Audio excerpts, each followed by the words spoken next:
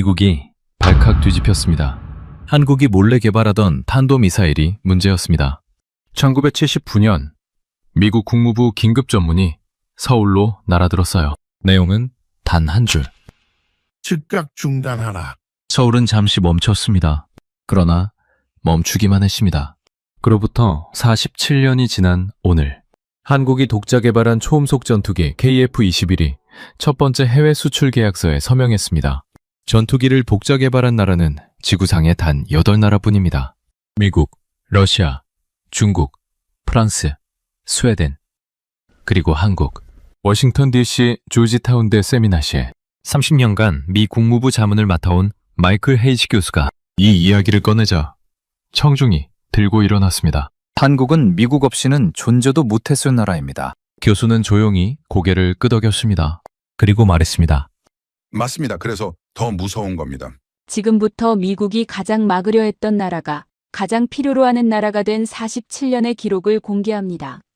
시청하기 전 구독과 좋아요, 댓글에 대한민국 최고라고 응원해주세요. 안녕하세요. 저는 마이클 헤이즈입니다. 조지타운 대학교에서 국제관계학을 가르치고 있고 미국 국무부 자문위원으로 30년을 일했습니다. 세계 곳곳의 외교 협상 현장을 누볐고 미국이 동맹국을 어떻게 다루는지 누구보다 가까이에서 봐온 사람이죠. 오늘 제가 여러분께 꺼내려는 이야기는 솔직히 말하면 제 동료들이 듣기 불편해하는 이야기입니다. 세미나를 시작하던 날이었습니다. 워싱턴 DC, 그러니까 미국 수도 한복판에 있는 조지타운 대학교 세미나실이었어요. 11월 오후에 차가운 햇살이 창문을 통해 비스듬히 들어오고 있었습니다. 저는 칠판 앞에 서서 분필로 숫자 하나를 크게 적었어요. 5. 22명의 시선이 그 숫자를 향했습니다. 그런데 저는 학생들을 훑어보다가 한 가지를 발견했어요. 맨 뒷자리 창가에 앉은 학생 하나가 칠판이 아니라 창밖을 바라보고 있었습니다. 한국에서 온 유학생 박지수였어요.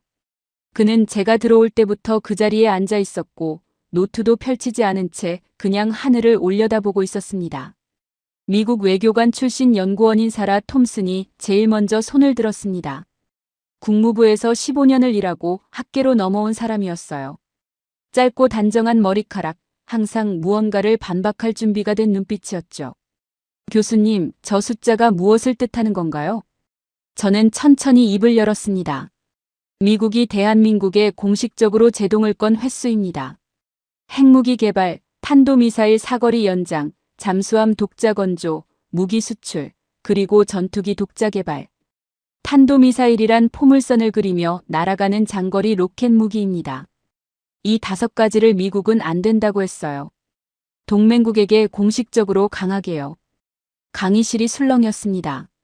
일본 게이오 대학교에서 온 교환 교수 다카하시 캔이 팔짱을 끼며 말했어요. 늘 조용하고 신중한 편인데 이날은 빠르게 반응했습니다. 당연한 거 아닙니까? 작은 나라가 핵이나 장거리 미사일을 가지면 지역 안보가 흔들리죠. 미국이 브레이크를 걸어준 거예요. 특히 아시아에서요.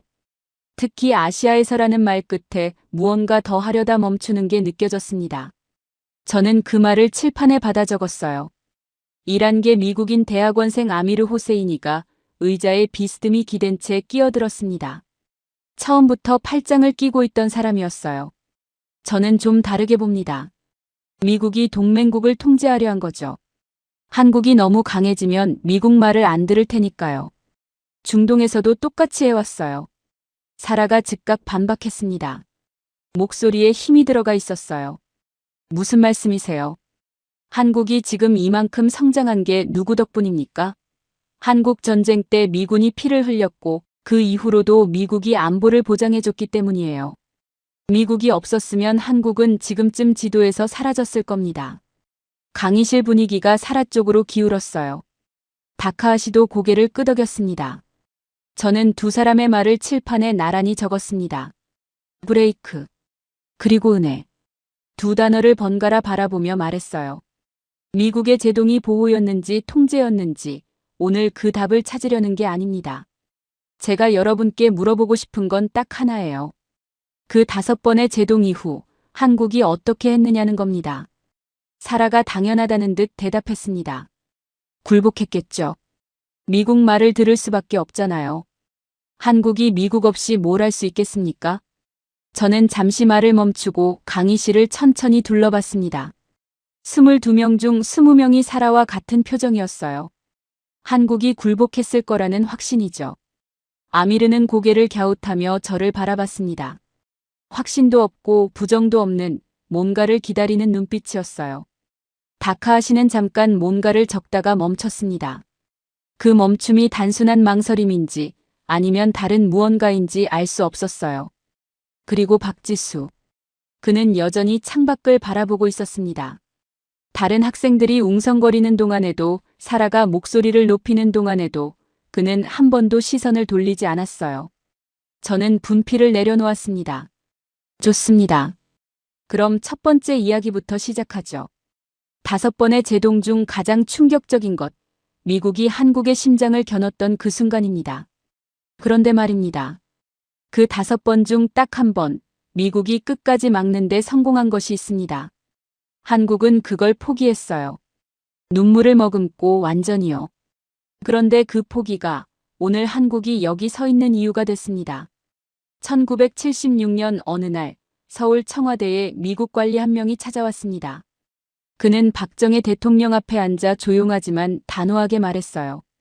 핵무기 개발을 계속하면 한미상호방위조약을 파기하겠습니다. 한미상호방위조약이란 미국이 한국을 군사적으로 지켜주겠다는 약속을 담은 조약입니다. 그 조약을 파기하겠다는 건 미군을 모두 철수시키고 한국을 혼자 두겠다는 뜻이었어요. 박정희는 그 말을 듣고 한동안 말이 없었습니다. 저는 칠판에 그의 연도를 적었습니다. 1976. 사라 톰슨이 즉각 손을 들었어요. 당연한 조치죠. 핵이 확산되면 지역 전체가 위험해져요. 미국은 그걸 막은 겁니다. 저는 고개를 끄덕이며 물었어요. 그런데 왜 박정희는 핵을 만들려 했을까요? 강의실이 잠시 조용해졌습니다. 아미르 호세이니가 팔짱을 풀며 말했어요. 베트남 때문이겠죠. 정확합니다. 1973년 미국이 베트남에서 군대를 철수했어요. 10년을 함께 싸운 동맹국을 두고 홀로 떠난 겁니다. 그 이듬해 1975년 사이공이 함락됐어요. 사이공은 지금의 호찌민시로 당시 남베트남의 수도였습니다. 남베트남은 그렇게 지도에서 사라졌어요. 박정희는 그 장면을 지켜봤습니다. 그리고 생각했겠죠. 다음은 한국일 수 있다. 그의 머릿속에 떠오른 건 1950년이었어요. 한국 전쟁 직전 미국 국무장관 딘 애치슨이 태평양 방어선을 발표했습니다. 그 선에 한국이 빠져 있었어요.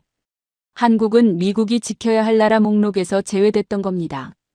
그로부터 몇 달 뒤 북한이 쳐들어왔습니다.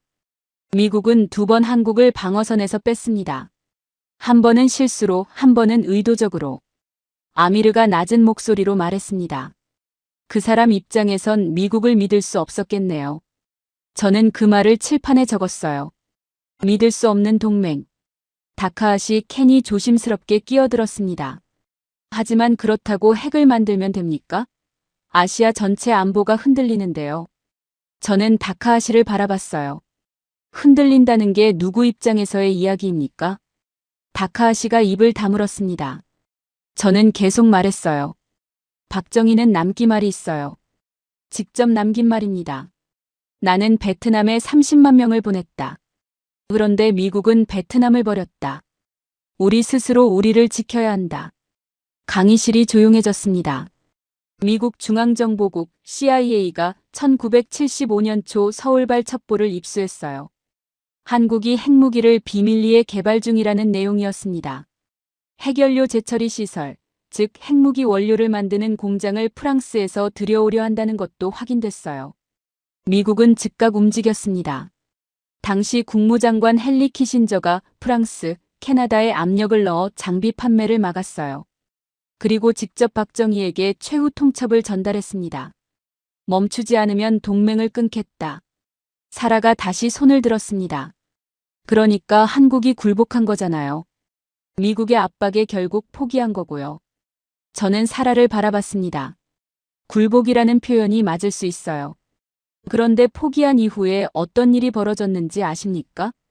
1979년 10월 26일, 박정희 대통령이 측근의 총에 맞아 숨졌습니다. 바로 그날 오전, 그는 보좌관으로부터 보고를 받았어요. 내용은 이것이었습니다. 핵무기 개발 진척률 88%. 강의실이 얼어붙었어요. 미국에 공식적으로 핵포기를 선언하고도 비밀리에 계속하고 있었던 겁니다. 그리고 완성 직전에 그는 죽었어요.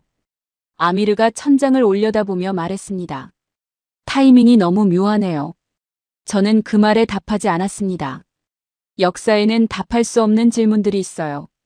다카하시가 조용히 말했어요. 그럼 핵 개발은 그걸로 끝났겠네요. 저는 고개를 저었습니다. 뒤를 이은 전두환 정권이 미국과의 관계 회복을 위해 핵 프로그램을 완전히 폐기했어요.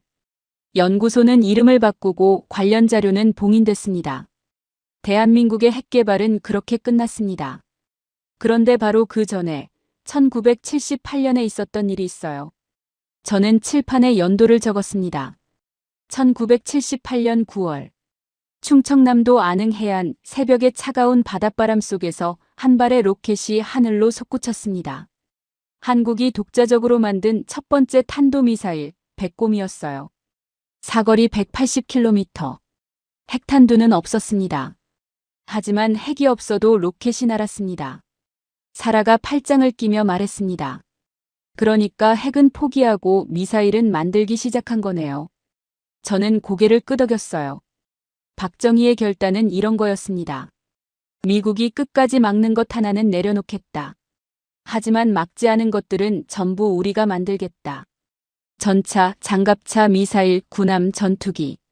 핵 하나를 포기하는 대신 나머지 모든 것에 불을 질렀어요. 핵을 포기한 그 손이 백곰 미사일 발사 버튼을 눌렀습니다. 강의실 뒤편에서 작은 소리가 들렸습니다. 박지수였어요. 그는 오늘도 창밖을 바라보고 있었는데 백곰 이야기가 나오는 순간 처음으로 노트에 뭔가를 적었습니다. 단 한 줄이었지만 저는 그 움직임을 놓치지 않았어요. 아미르가 조용히 말했습니다. 포기인 척한 시작이었네요. 저는 분필을 내려놓았습니다. 미국이 막지 않은 모든 것을 만들기 시작했습니다. 그리고 그 목록은 여러분이 생각하는 것보다 훨씬 길었습니다. 지도를 한번 떠올려 보십시오. 서울에서 평양까지의 거리가 얼마인지 아십니까? 직선으로 약 200km입니다. 저는 칠판에 두 숫자를 나란히 적었습니다. 서울과 평양 200km. 그리고 그 옆에 180km. 다카하시 캔이 그 숫자를 보더니 천천히 눈을 가늘게 떴어요. 180km면 서울에서 쏘면 평양에도 못 닿는 거 아닙니까? 저는 고개를 끄덕였습니다. 1979년 미국이 한국에게 서명을 요구한 약속이 바로 이 숫자였습니다. 사거리 180km 이상의 미사일은 만들지 않겠다고요. 전쟁이 나도 자기 나라를 위협하는 적의 수도를 직접 타격할 수 없는 거리였죠. 사라 톰슨이 바로 손을 들었습니다. 그건 지역 안정을 위한 합리적인 조치예요.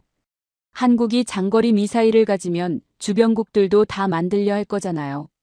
저는 사라를 바라봤어요. 주변국이라면 어느 나라를 말하는 겁니까? 사라가 잠시 망설이다 답했습니다. 중국이요. 일본도요. 다카하시가 그 순간 고개를 살짝 돌렸습니다.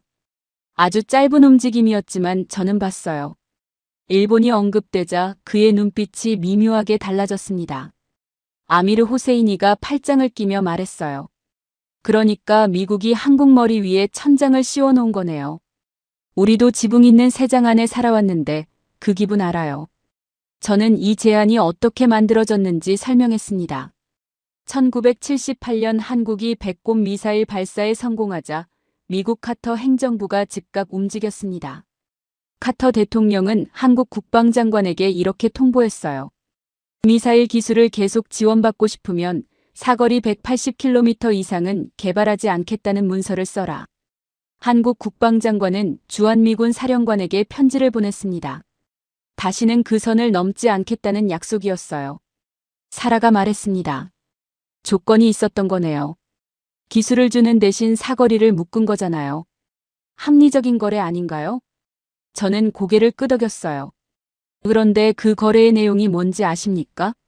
한국이 받은 건 미사일 기술이고 미국이 가져간 건 한국의 미사일 주권이었어요. 아미르가 냉소적으로 웃었습니다. 저는 칠판에 연도를 하나씩 적어 나갔어요. 1979년 180km.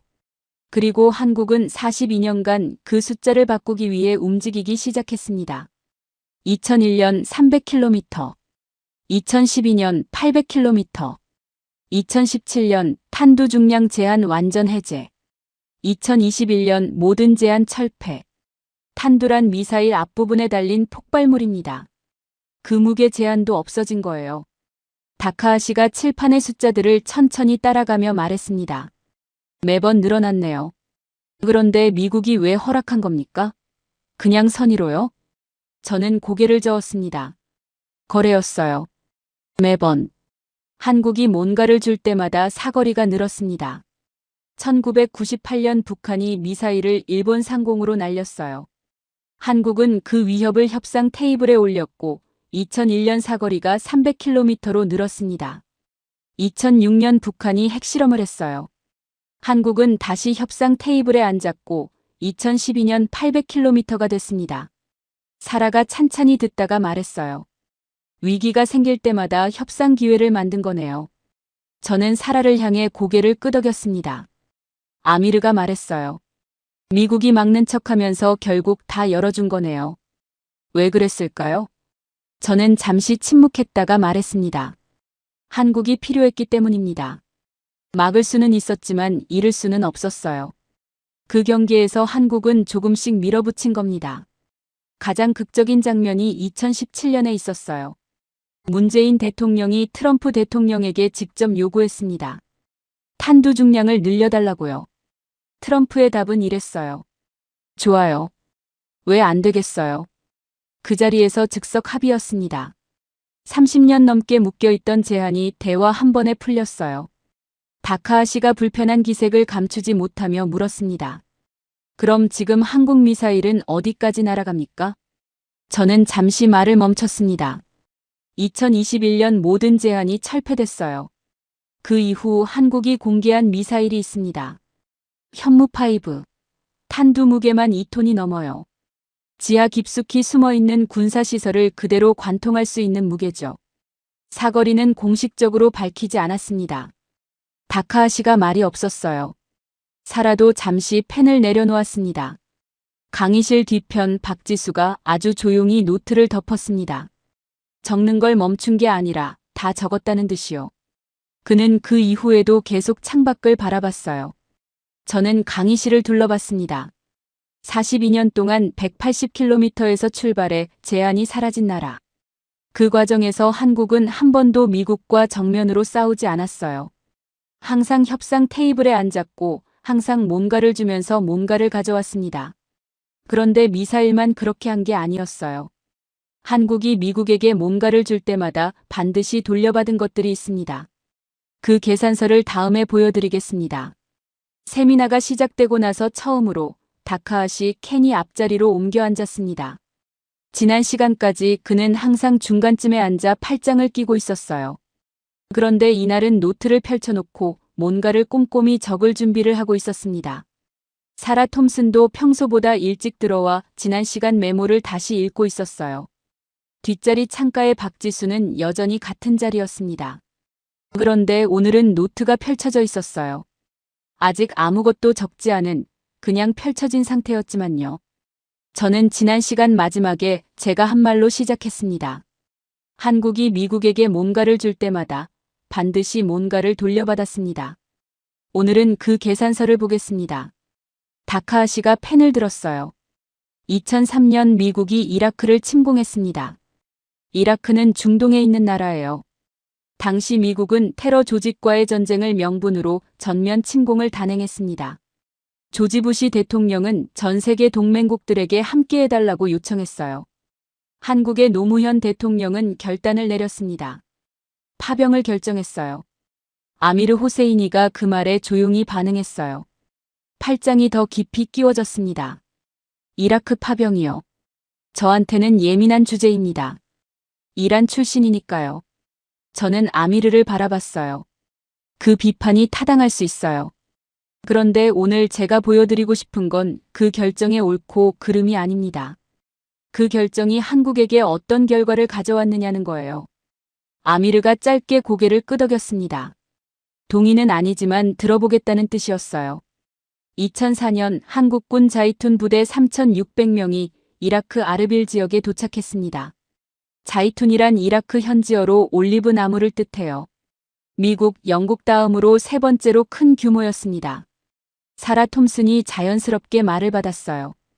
한국이 혈맹임을 증명한 거죠. 진짜 동맹이란 말만 하는 게 아니라 함께 가는 거니까요. 저는 사라의 말을 칠판에 적었습니다. 혈맹의 증명. 그런데 그 증명 이후에 무슨 일이 있었는지 아십니까? 강의실이 조용해졌어요. 파병이 본격화되던 2001년 미사일 사거리가 180km에서 300km로 늘었습니다. 2004년 파병 이후 미국은 한국과의 방위산업기술 협력을 대폭 확대했어요. 그때까지 미국이 쉽게 내주지 않던 군사기술들이 하나씩 한국으로 넘어오기 시작했습니다. 다카하시가 펜을 멈추며 물었어요. 우연의 일치입니까? 저는 고개를 저었습니다. 외교에서 우연의 일치란 없어요. 아미르가 낮은 목소리로 말했습니다. 그러니까 피를 주고 기술을 받은 거네요. 저는 잠시 침묵했다가 말했어요. 외교에서 가장 비싼 화폐는 군인의 생명입니다. 한국은 그 화폐를 냈어요. 그리고 그에 상응하는 것을 받아냈죠. 사라가 살짝 표정을 굳혔습니다. 혈맹의 증명이라는 말이 거래의 도구로 재해석되는 게 불편했겠죠. 그런데 파병만이 아니었습니다. 저는 칠판에 숫자를 적었어요. 한국은 매년 주한미군 주둔 비용의 일부를 분담합니다. 방위비 분담금이라고 해요. 2026년 현재 연간 1조 5천억 원이 넘어요. 미군이 한국에 주둔하는 데 드는 기지 운영비, 인건비, 시설 관리비의 상당 부분을 한국 정부가 냅니다. 다카하시가 말했어요. 그건 당연한 거 아닙니까? 미군이 한국을 지켜주는데 비용을 내는 건 맞죠. 저는 고개를 끄덕였습니다. 그런데 그 협상 테이블에서 한국은 매번 다른 것들을 얻어냈어요. 기술 이전, 사거리 연장, 방산 협력. 분담금을 올릴 때마다 한국이 원하는 것 하나씩을 챙긴 겁니다. 가장 극적인 장면은 사드 배치 때였어요. 사드란 고고도 미사일 방어 체계입니다. 높은 하늘에서 날아오는 적의 미사일을 요격하는 장비예요. 미국이 한국에 사드를 배치하고 싶어 했는데 국내 반발이 거셌습니다. 중국이 강하게 반대했거든요. 한국은 그 국내 반발을 무릅쓰고 사드 배치를 수용했어요. 그리고 그 직후 미사일 탄두 중량 제한이 풀렸습니다. 사라가 조용히 말했어요. 그럼 미국이 손해를 본 건가요? 저는 고개를 저었습니다. 아니요. 미국은 아시아 한복판에 군사기지를 유지할 수 있고 북한을 억제할 수 있고 중국을 견제할 수 있어요. 미국도 얻은 겁니다. 이게 동맹의 본질이에요. 서로 필요한 것을 주고받는 거죠. 아미르가 천장을 올려다보며 말했습니다. 중동에서는 아무도 이렇게 못했어요. 미국에게 뭔가를 요구한 나라는 없었거든요.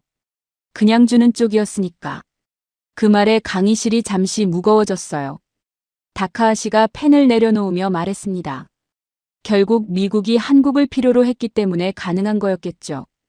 한국이 없으면 미국이 더 큰 비용을 써야 하니까요. 저는 다카하시를 향해 고개를 끄덕였습니다. 바로 그겁니다. 필요한 존재가 되는 것. 그게 약소국이 강대국과 협상하는 유일한 방법이에요. 강의실 뒤편 창가의 박지수가 처음으로 창밖이 아닌 칠판을 바라보고 있었습니다. 그것도 잠깐이었어요. 눈이 마주칠 것 같았는데 그는 다시 시선을 창밖으로 돌렸습니다. 저는 칠판을 바라봤어요. 그런데 한국이 미국에게 필요한 존재가 되는 건 이 협상 테이블에서만이 아니었어요. 유럽이 그걸 알아차리는 데는 생각보다 오래 걸리지 않았습니다. 그리고 유럽이 눈을 떴을 때 한국은 이미 준비가 되어 있었어요. 2022년 7월 27일이었습니다. 폴란드 바르샤바 국방부 본부에서 한 장의 계약서에 도장이 찍혔어요. 폴란드 국방장관과 한국 방산업체 대표들이 마주 앉은 자리였습니다. 계약서의 내용을 들으면 귀를 의심하실 겁니다. K 전차 980대, K9 자주포 648문, FA50 경공격기 48대, 총 금액 약 20조 원. 한국방산 수출 역사상 단 한 번도 없었던 규모였어요. K 전차란 한국이 독자 개발한 주력 전투 전차입니다. 두꺼운 철갑을 두르고 강력한 포를 쏘며 전장을 누비는 무기예요. K9 자주포는 스스로 움직이면서 포를 쏘는 무기입니다. 트럭처럼 이동할 수 있는 대형 포라고 생각하시면 됩니다. 저는 칠판에 폴란드 지도를 그렸어요. 그 오른쪽에 우크라이나를 그려 넣었습니다. 다카하시 케니 지도를 보더니 먼저 입을 열었어요. 폴란드는 나토 회원국인데요. 나토는 미국과 유럽이 함께 만든 군사동맹이잖아요. 왜 미국제를 안 쓰고 한국제를 샀습니까? 저는 고개를 끄덕였습니다. 바로 그게 오늘의 핵심이에요. 2022년 2월 러시아가 우크라이나를 침공했습니다. 우크라이나는 폴란드 바로 옆 나라예요. 러시아 전차가 국경을 넘어오는 장면을 폴란드는 텔레비전이 아닌 자국 국경에서 지켜봤습니다. 폴란드는 즉각 전력 증강에 나섰어요. 전력 증강이란 군사력을 빠르게 키우는 것을 말합니다. 그런데 미국에 요청하면 됐을 텐데 왜 한국이었을까요? 사라 톰슨이 의아한 표정으로 말했어요. 미국이 세계 최고 무기를 갖고 있잖아요. 동맹국인 폴란드가 미국에 요청하는 게 자연스럽죠. 저는 태블릿을 꺼내 숫자 하나를 보여줬습니다. 독일이 헝가리에 전차 44대를 수출하기로 한 계약이 있었어요. 계약을 맺은 게 2018년이었습니다. 그 44대가 모두 인도된 게 2025년이었죠. 44대를 넘기는데 꼬박 7년이 걸린 겁니다. 강의실에서 탄식이 새어나왔습니다. 아미르가 혀를 찼어요. 7년이요? 전쟁 중에 무기가 7년 후에 온다는 게 말이 됩니까? 저는 계속 말했어요. 유럽 주요 방산업체들의 평균 납기, 그러니까 무기를 주문해서 받는데 걸리는 시간이 36개월에서 60개월입니다. 3년에서 5년이에요. 러시아군이 국경 바로 옆에 와 있는데 5년을 기다리면 어떻게 되겠습니까? 한국은 달랐습니다. 저는 칠판에 숫자를 적었습니다. 18개월에서 24개월. 한국의 납기예요. 유럽의 절반도 안 되는 시간입니다. 다카하시가 팔짱을 끼며 말했어요.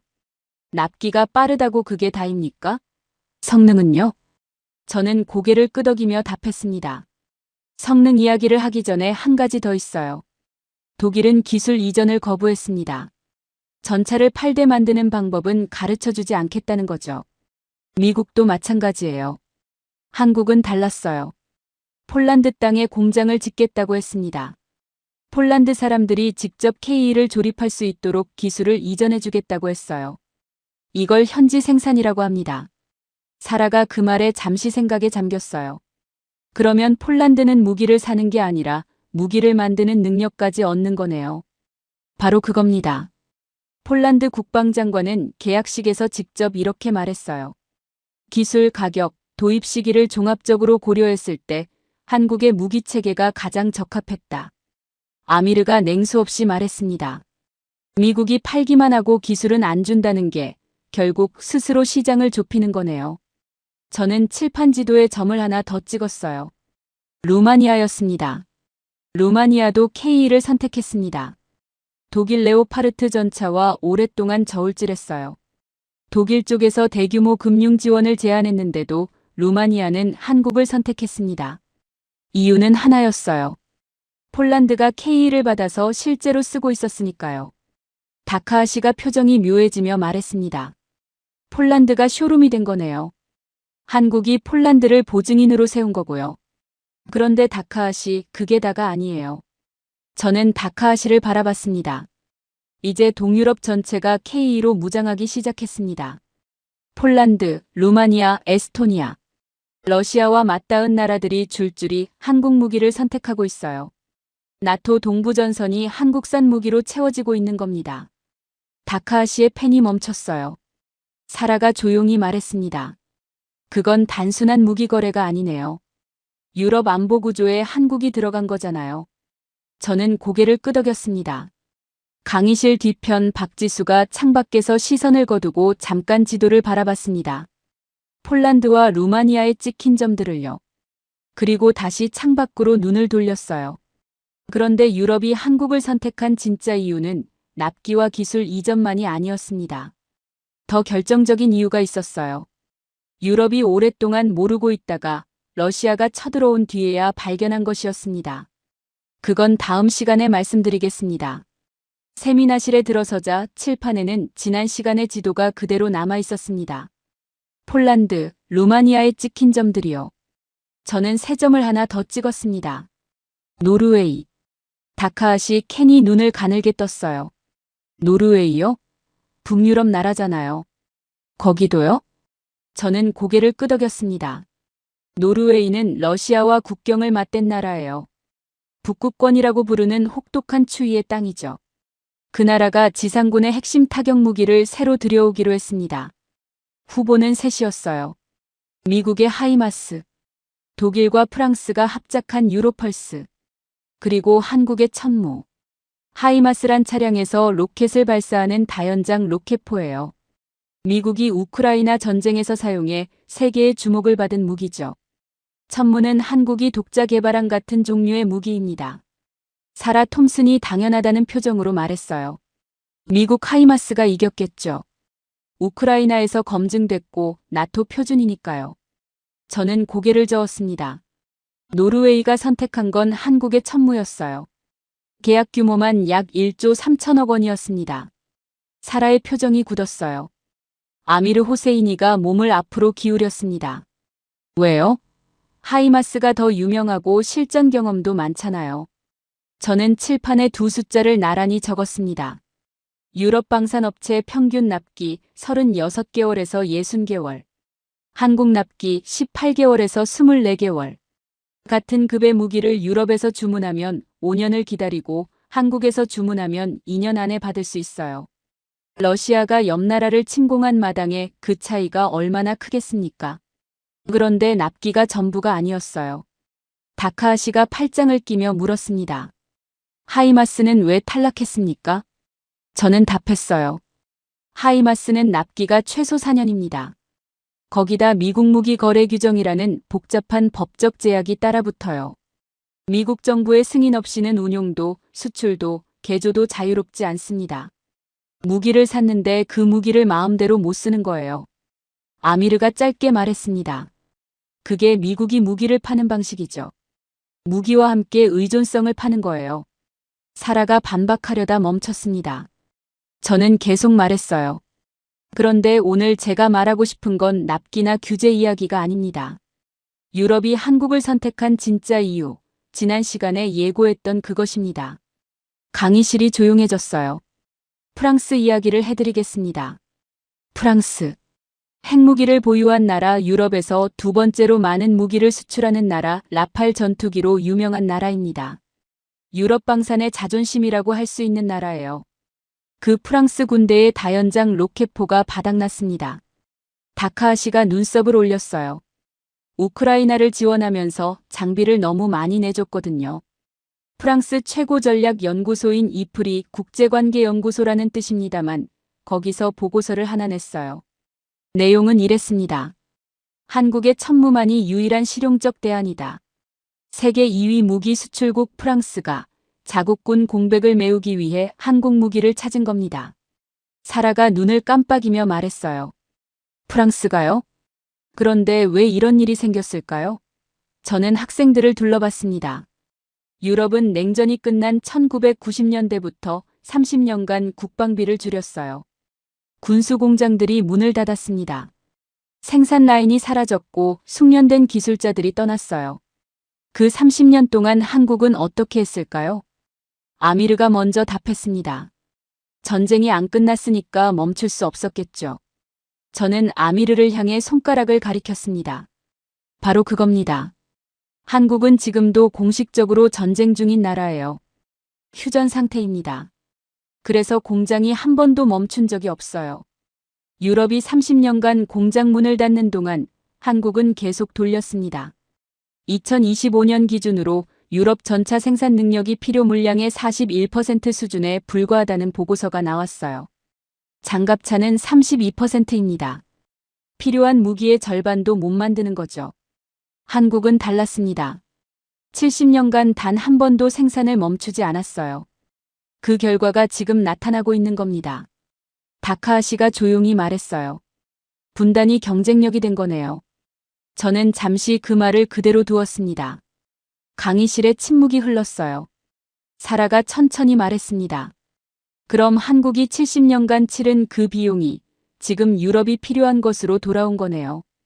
저는 고개를 끄덕이며 칠판에 숫자를 적었습니다. 2025년 한국 방산 수출액 154억 달러. 한화로 약 23조 2천억 원입니다. 한 해 전보다 60%가 넘게 늘었어요. 2020년엔 연간 30억 달러였습니다. 5년 만에 5배가 된 거예요. 아미르가 말했습니다. 5년 만에 5배. 운으로는 설명이 안 되죠. 저는 고개를 끄덕였어요. 이건 하루아침에 생긴 결과가 아닙니다. 1978년 백곰 미사일을 쏜 그날부터 70년간 쌓인 결과예요. 멈추지 않은 공장, 끊이지 않은 훈련, 쉬지 않은 개발이 만든 겁니다. 강의실 뒤편 박지수가 처음으로 고개를 완전히 앞으로 향했습니다. 창밖이 아닌 칠판의 숫자들을 바라보고 있었어요. 154억 달러, 23조 2천억 원. 그의 눈이 그 숫자 위에서 멈춰 있었습니다. 저는 그 모습을 보면서 말을 이어갔어요. 그리고 오늘 아침 그 70년의 끝에서 한국이 미국이 가장 강하게, 가장 오래 막았던 것을 완성했습니다. 5번의 제동 중 마지막 하나. 하늘을 나는 무기. 오늘 그 첫 번째 해외 계약서가 사천 하늘 아래서 서명됐어요. 다카하시가 펜을 내려놓았습니다. 사라도 노트 적기를 멈췄어요. 박지수의 시선이 잠시 저를 향했다가 다시 창밖으로 돌아갔습니다. 2015년 봄 한국 국방장관이 워싱턴 DC로 날아갔습니다. 목적은 하나였어요. 미국의 기술을 달라고 부탁하러 간 겁니다. 당시 한국은 독자 전투기를 만들겠다는 계획을 막 시작하려던 참이었어요. 그런데 전투기를 만들려면 반드시 필요한 핵심 기술 4가지가 있었습니다. 한국에는 그 기술이 없었어요. 첫 번째는 ASA 레이더입니다. 전투기의 눈이라고 부르는 장비예요. 수백 킬로미터 밖의 적 전투기 여러 대를 동시에 탐지할 수 있는 첨단 레이더입니다. 두 번째는 적외선 탐색 추적 장치.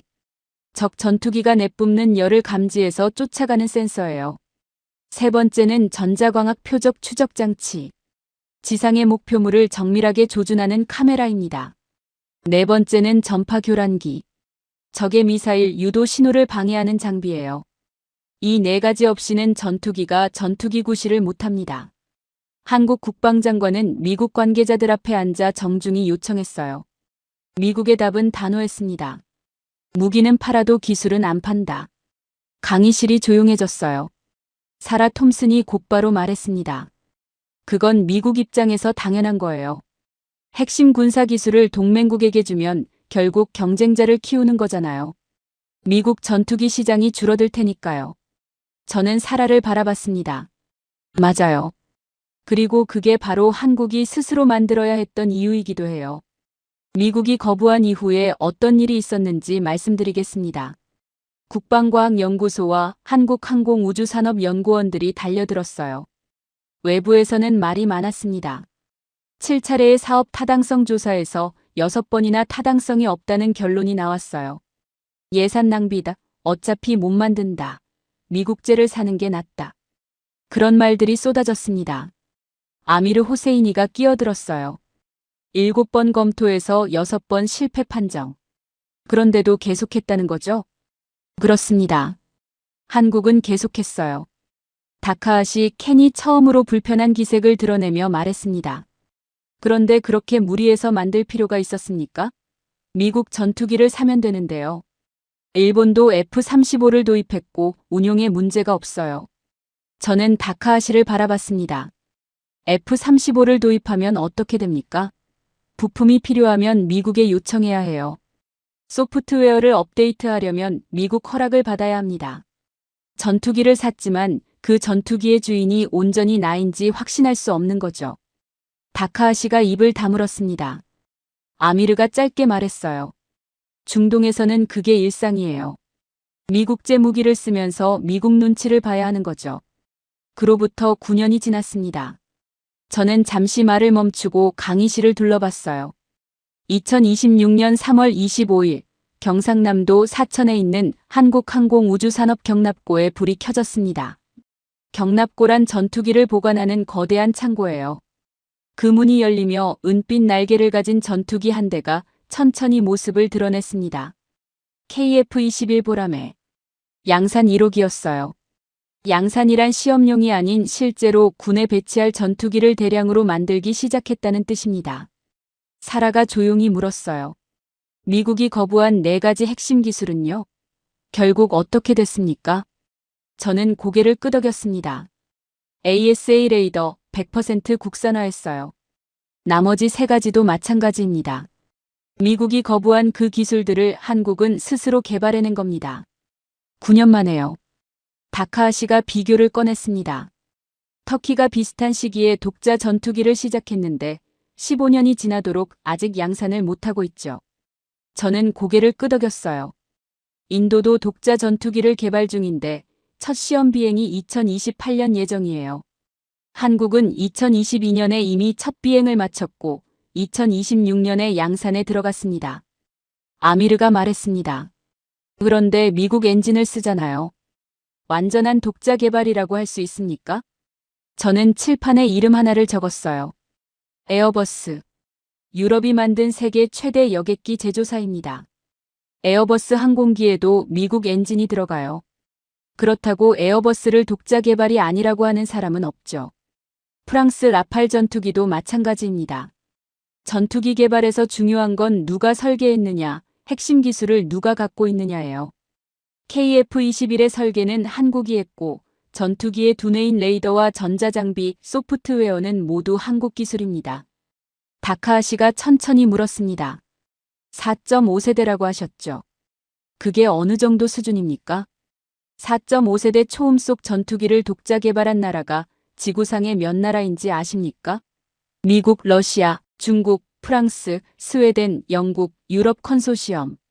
그리고 한국. 딱 8번째입니다. 초음속이란 소리보다 빠르다는 뜻이에요. 4.5세대란 레이더에 잘 잡히지 않는 스텔스 기능을 일부 갖춘 현대식 전투기를 의미합니다. 강의실이 완전히 조용해졌어요.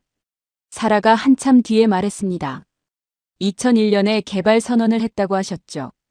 25년 전이네요. 저는 고개를 끄덕였습니다. 7번의 타당성 검토, 6번의 실패 판정, 미국의 기술 이전 거부. 그래도 한국은 25년을 버텼습니다. 그리고 오늘 아침 그 25년의 끝에서 첫 번째 해외 수출 계약서가 서명됐어요. 인도네시아 대통령이 직접 방한해서 KF-21 16대에 대한 계약 협약을 맺었습니다. 미국이 막으려 했던 5번째 금기. 오늘 완전히 깨진 겁니다. 저는 강의실을 천천히 둘러봤습니다. 그때 뒷자리에서 소리가 들렸어요. 아주 작은 소리였는데 박지수가 노트를 펼치고 있었습니다. 그리고 천천히 무언가를 적기 시작했어요. 아무도 그에게 시선을 보내지 않았지만 저는 봤습니다. 그가 적은 건 한 줄짜리 메모가 아니었어요. 꽤 길게 진지하게 쓰고 있었습니다. 사라가 창가를 힐끗 바라봤습니다. 다카하시도 마찬가지였어요. 그때까지 한 번도 먼저 말을 건 적 없는 박지수가 처음으로 노트를 꺼내 무언가를 쓰고 있었습니다. 저는 분필을 내려놓으며 말했어요. 다음 시간이 마지막입니다. 오늘까지 우리가 살펴본 모든 것을 정리하겠습니다. 그리고 처음에 제가 던진 질문에 답을 드리죠. 미국이 가장 경계했던 나라가 어떻게 미국이 가장 필요로 하는 나라가 됐는지를요. 마지막 세미나 날이었습니다. 강의실 문을 열고 들어서는 순간 제가 먼저 멈췄어요. 박지수가 앞자리에 앉아 있었습니다. 몇 주 동안 항상 맨 뒷자리 창가에 앉아 창밖만 바라보던 그 학생이 오늘은 2번째 줄에 앉아 노트를 펼쳐놓고 있었어요. 사라 톰슨과 다카하시 켄도 그걸 알아챘는지 서로 눈을 마주쳤다가 아무 말 없이 자리에 앉았습니다. 저는 천천히 교탁 앞으로 걸어갔어요. 칠판에는 첫날 제가 적어놓은 숫자가 아직 남아 있었습니다. 5. 저는 그 숫자를 가리켰어요. 오늘은 이 숫자 이야기를 끝내겠습니다. 핵무기 개발, 탄도미사일 사거리, 잠수함 독자 건조, 방산 수출, 전투기 독자 개발. 미국이 한국에 제동을 건 5가지였어요. 우리는 몇 주 동안 그 5번을 하나씩 살펴봤습니다. 사라가 먼저 말했어요. 핵 하나는 포기했고 나머지 넷은 결국 한국이 해냈죠. 저는 고개를 끄덕였습니다. 그런데 사라, 핵을 포기한 것도 한국 입장에선 선택이었어요. 미국의 핵우산, 그러니까 미국이 핵으로 한국을 지켜주겠다는 보장을 받는 대신 스스로 내려놓은 거죠. 그리고 그 자리에 재래식 무기 독자화라는 씨앗을 심었습니다. 배꼽 미사일이 그 씨앗이었어요. 아미르가 말했습니다. 포기가 시작이었던 거네요. 저는 칠판 앞으로 천천히 걸어갔습니다. 이제 처음에 제가 던진 질문에 답할 시간이에요. 한국이 없다면 어떻게 될까요? 강의실이 조용해졌습니다. 아미르가 먼저 입을 열었어요. 북한이 핵과 미사일로 일본을 직접 위협하겠죠. 미국은 아시아에 지금보다 훨씬 많은 군대를 배치해야 할 거고요. 사라가 이어받았습니다.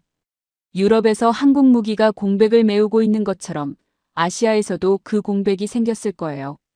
그걸 미국이 직접 채워야 했겠죠. 엄청난 비용이에요. 다카하시가 잠시 망설이다 말했습니다. 일본 입장에서도 솔직히 말하면 한국이 저 위치에서 버텨주는 게 일본에게도 이득입니다. 한국이 없으면 그 부담이 일본으로 넘어오니까요. 저는 세 사람을 천천히 둘러봤어요. 첫 수업 때와 완전히 다른 대답들이에요. 그때 여러분은 뭐라고 했죠? 사라가 작게 웃으며 고개를 숙였습니다. 한국은 보호받는 작은 나라라고 했죠. 저는 칠판에 2문장을 적었습니다. 미국이 가장 막으려 했던 나라. 그리고 그 아래. 지금 미국이 가장 잃고 싶지 않은 나라. 강의실이 조용해졌어요.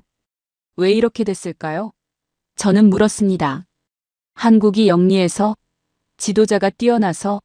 아니면 운이 좋아서? 아미르가 말했습니다. 전쟁이 끝나지 않았기 때문이에요. 멈출 수 없어서 멈추지 않은 거죠. 저는 고개를 끄덕이며 말했어요.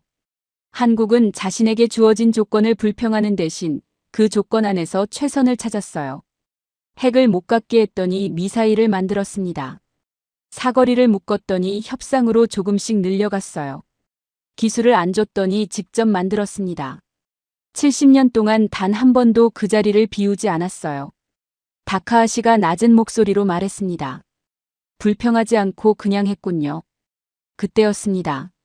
죄송한데요. 강의실의 모든 시선이 한꺼번에 한 곳으로 쏠렸어요. 박지수였습니다. 몇 주 동안 단 한마디도 하지 않았던 그가 손을 들지도 않고 그냥 말을 꺼냈어요. 목소리가 조금 떨렸습니다. 한 가지 여쭤봐도 됩니까? 저는 고개를 끄덕였어요.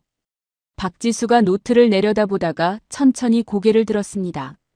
한국이 지금 이 자리에 있는 건 우리가 잘해서가 아닐 수도 있어요.